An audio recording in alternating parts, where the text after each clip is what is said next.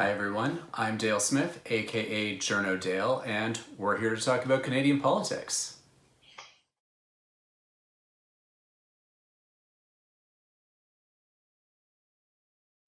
Our American friend TJ is with us on the FaceTime, and she's got a question for us. TJ? Hi, Dale.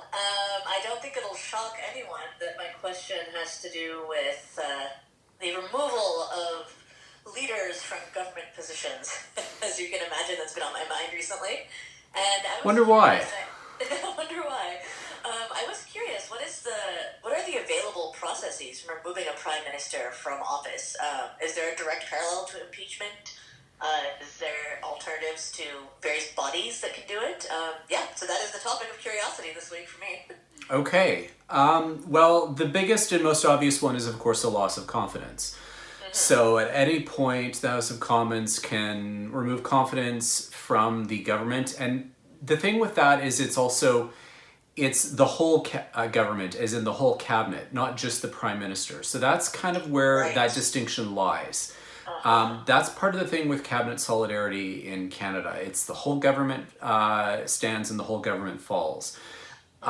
So that way it kind of prevents individual ministers from being picked off, and it also kind of allows cabinet to present a united front rather than having individual differences and whatnot being picked away at in public or so on. So that's one of the things that happens there. That is obviously the most obvious external one, but there are other particular nuances to that as well. One of those is, of course, dismissal. And this would involve the Governor General, but it's very much an absolute last resort. There is, because governors general don't really take an active hand unless it's absolutely dire, because they are the constitutional fire extinguisher.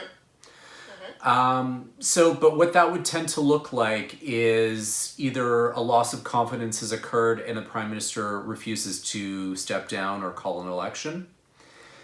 At that point, the Governor General could theoretically either request the prime minister's dismissal or generally, it's also accepted that if the Governor General refuses the advice of a Prime Minister, meaning that the Prime Minister is asking the Governor General to do something, and that can include any kind of order in council or regulation or anything like that, the Governor General is the one who actually has to sign off on all this stuff. Normally it's a rubber stamp, but in a case where there's a Prime Minister who has gone rogue for some reason or other, the Governor General can say no, and the general accepted notion is that when a Governor General refuses advice, the Prime Minister must resign.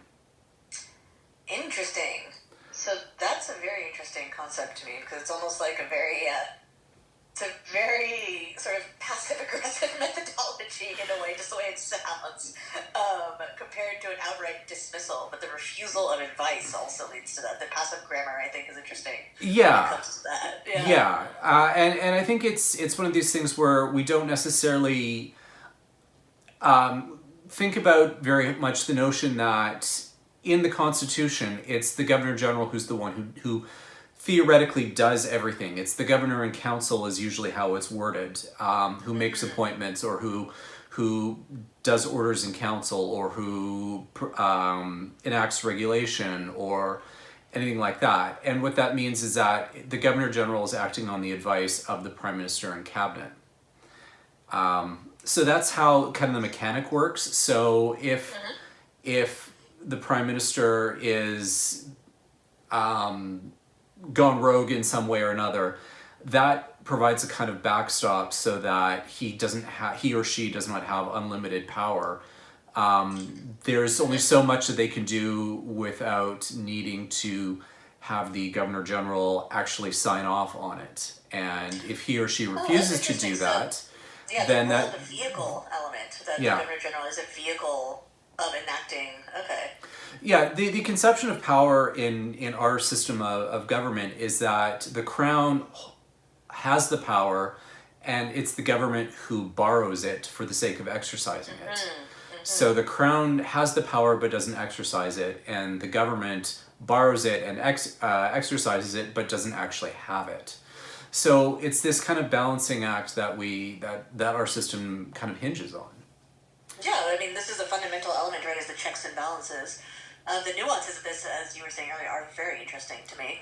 Yeah. So far we have a no confidence vote, we have dismissal, and we have refusal of advice or recommendation. Yeah, yeah, which in essence triggers a resignation.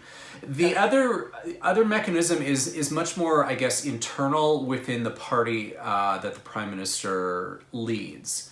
And if, for example, the caucus had decided that the prime minister was, had become a problem, they could stage some kind of an internal coup, as it were. It's in Canada, that mechanism is less clear than it is in other countries. In Australia, they call it a spill. And it happens every few years there because that's how Australians tend to operate. But the kind of theoretical structure of our system is that because the prime minister is also the head of his caucus, the caucus, if they felt necessary, could essentially push him or her out. That is very interesting. So that way, they are no longer in charge of the party, and therefore they can no longer be leader, and therefore are not prime minister. it would essentially force them out of the prime ministerial position. Again, it's not quite the same as a dismissal or whatnot, but it essentially forces them out in that regard, and there's no real way that they can maintain power that way. Because they no longer have votes to maintain confidence.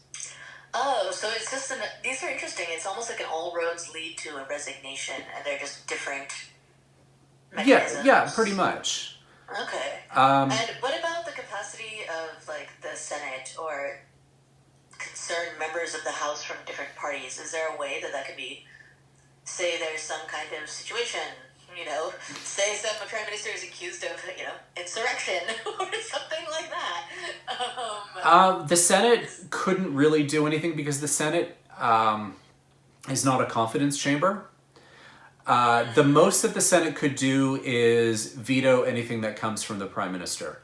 So if a prime minister, for example, had a majority in the House of Commons and was trying to push through things that were unconstitutional or which were, deleterious to the country, the Senate could block that constantly. There is no limit to the Senate's veto, with the exception of constitutional amendments, and then they have a 6-month suspensive veto. But otherwise, the Senate has an unlimited veto.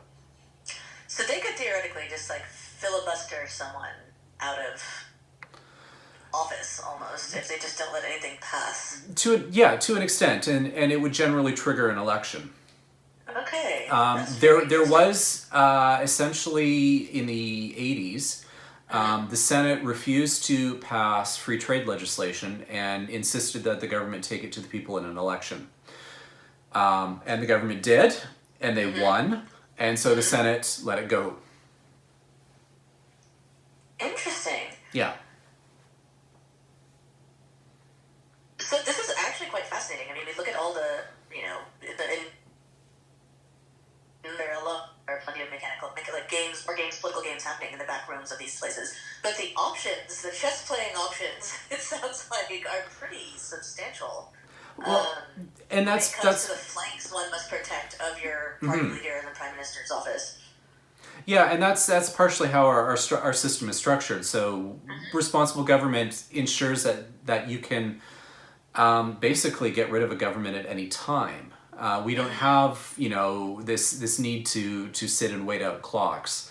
We can make it happen tomorrow if necessary, and I think that's one of the strengths of our system.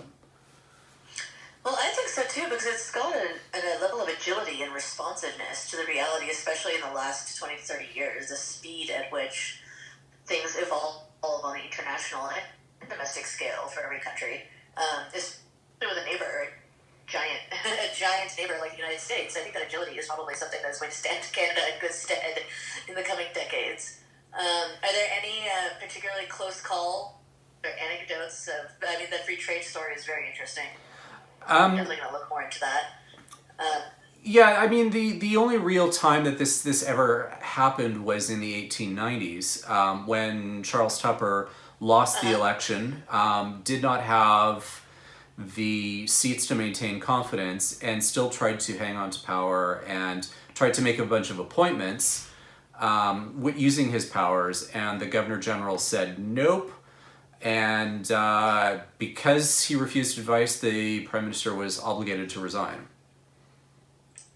Okay, so I'm actually gonna look into Mr. Tupper as well. This is fascinating. I've got some history to dig into here, which will be a nice distraction from the things happening south of the border.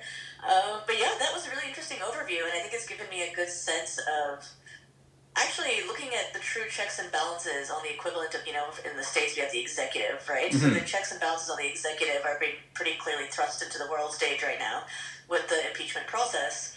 Um, and this is a very interesting insight into the checks and balances across the constitutional monarchy. And I like to think that they're pretty good ones.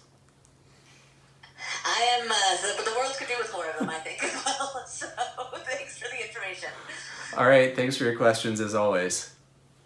And that is everything for this week. Join us again next week for some more Canadian politics. I'm Dale Smith. That's at journo_Dale on Twitter.